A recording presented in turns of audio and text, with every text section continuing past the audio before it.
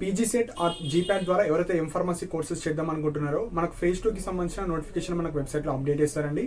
So ఈ వీడియోలో registration కావచ్చు, వెబ్ ఆప్షన్స్ ఏ విధంగా పెట్టుకోవాలి, ఆల్రెడీ కాలేజ్లో జాయిన్ అయిన వాళ్ళు ఇప్పుడు ఫేజ్ 2లో ఎలా వెబ్ ఆప్షన్స్ పెట్టుకోవాలి, అండ్ సీట్ రాని వాళ్ళు ఎలా మీరు ఎక్కువ కాలేజ్ ఎలా ప్రిఫరెన్సెస్ చేసుకోవాలి, వాటి గురించి చెప్పడం జరుగుతుంది.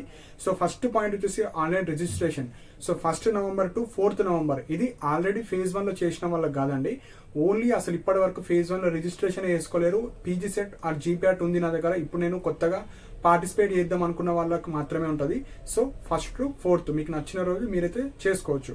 సెకండ్ పాయింట్ వచ్చేసి ఎవరైతే కొత్త స్టూడెంట్స్ ఇప్పుడు రిజిస్ట్రేషన్ చేసుకుంటారో సో మీ యొక్క సర్టిఫికేట్స్ వాళ్ళ వెరిఫై చేస్తారు. వెరిఫై చేసిన తర్వాత ప్రాపర్గా ఉంటే మీకు వెబ్ ఆప్షన్స్కి ఎలిజిబుల్ చేస్తారు.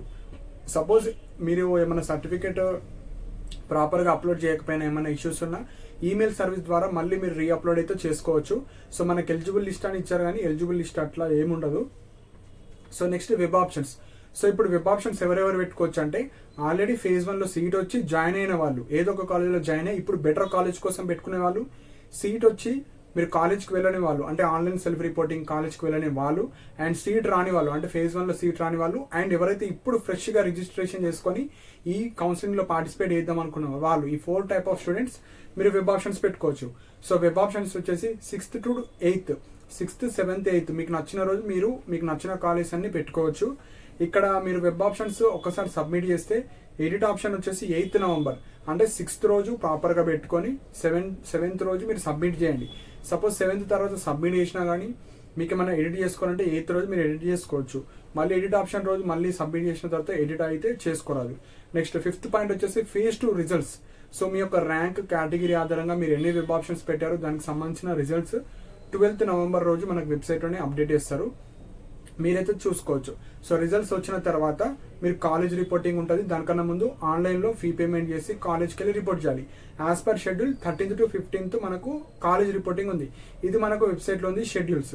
సో ఇప్పుడు కొంతమందికి డౌట్ రావచ్చు. సో సీట్ రాని వాళ్ళు మీరు వెబ్ ఆప్షన్స్ ఎట్లా పెట్టాలంటే మనకి వెబ్సైట్లోనే college wise list of provisionally selected candidates phase 1 ఉంది కదా, అంటే తెలంగాణలో ఉన్న అన్ని కాలేజెస్లో మీ కేటగిరీలో మీరు చెక్ చేసుకోండి అసలు లాస్ట్ కట్ ఆఫ్ ఎట్లుంది, మన ర్యాంక్ ఎంత ఉంది, ఆ కాలేజీలో కట్ ఆఫ్ ఎట్లుంది. ఈ కాలేజీలో ఎగ్జాంపుల్ మీకు 3000 ర్యాంక్ ఉంది, ఒక కాలేజీలో కట్ ఆఫ్ 2000, 1500 ఉంది, అందులో రాకపోవచ్చు. ఏ కాలేజ్లో నియర్ బై ఉంది అలాంటి కాలేజ్ మీరు ఎక్కువ పెట్టుకోవడానికి ట్రై చేయండి. అండ్ ఎవరికైతే కొన్ని సీట్ రాలేదు నాకు పక్కా ఈ ఇయర్ చేయాలనుకుంటే మీరు ఎక్కువ కాలేజ్ పెట్టడానికి అయితే ట్రై చేయండి. అండ్ ఇక్కడ కట్ ఆఫ్ చూసుకున్న తర్వాత లిస్ట్ ప్రిపేర్ చేసుకోండి. నేను ఈ కాలేజ్ పెడదాం అనుకుంటున్నా, ఈ కాలేజ్లో ఇంత కట్ ఆఫ్ ఉంది, ఈ కాలేజ్లో ఇంత కట్ ఆఫ్ ఉంది, సో ఇందులో నాకు రావడానికి ఛాన్స్ ఉంది. ఫస్ట్ మీకు టాప్ కాలేజ్ పెట్టండి. టాప్ కాలేజ్ పెట్టిన తర్వాత మీరు అందులో రాకపోతే కనీసం ఈ కాలేజ్లో వెళ్తా అనుకుంటే అలా ఒక 10 to 15 కాలేజ్ అయితే పెట్టడానికి ట్రై చేయండి. అండ్ చాలా మంది ఏమనుకుంటున్నారు అంటే మనకు బీ ఫార్మసీ లాగా ఎక్కువ ఉండవు సీట్స్, ప్రతి క్యాస్ట్కి 1 or 2 సీట్స్ మాత్రమే ఉంటాయి. కాబట్టి మీరు ఒక 10 కాలేజీలు పెడితే మీకు 20 సీట్స్ ఆర్ 15 సీట్స్ మాత్రమే ఎలిజిబుల్. ఎందుకంటే ప్రతి కేటగిరీకి 1 or 2 సీట్స్ మాత్రమే ఉంటాయి కాబట్టి ఎక్కువ సీట్స్ పెట్టడానికి ట్రై చేయండి. సో ఫేజ్ 1లో ఎవరికి సీట్ రాలేదో అన్ని కాలేజెస్ పెట్టడానికి ట్రై చేయండి. అన్ని కాలేజెస్ పెట్టినా కొంతమందికి రాదు, ఎందుకంటే ర్యాంక్ పెద్దగా ఉంది, సీట్స్ చాలా తక్కువ ఉంటాయి కాబట్టి మళ్ళీ మీరు అన్ని కాలేజెస్ అయితే పెట్టడానికి ట్రై చేయండి.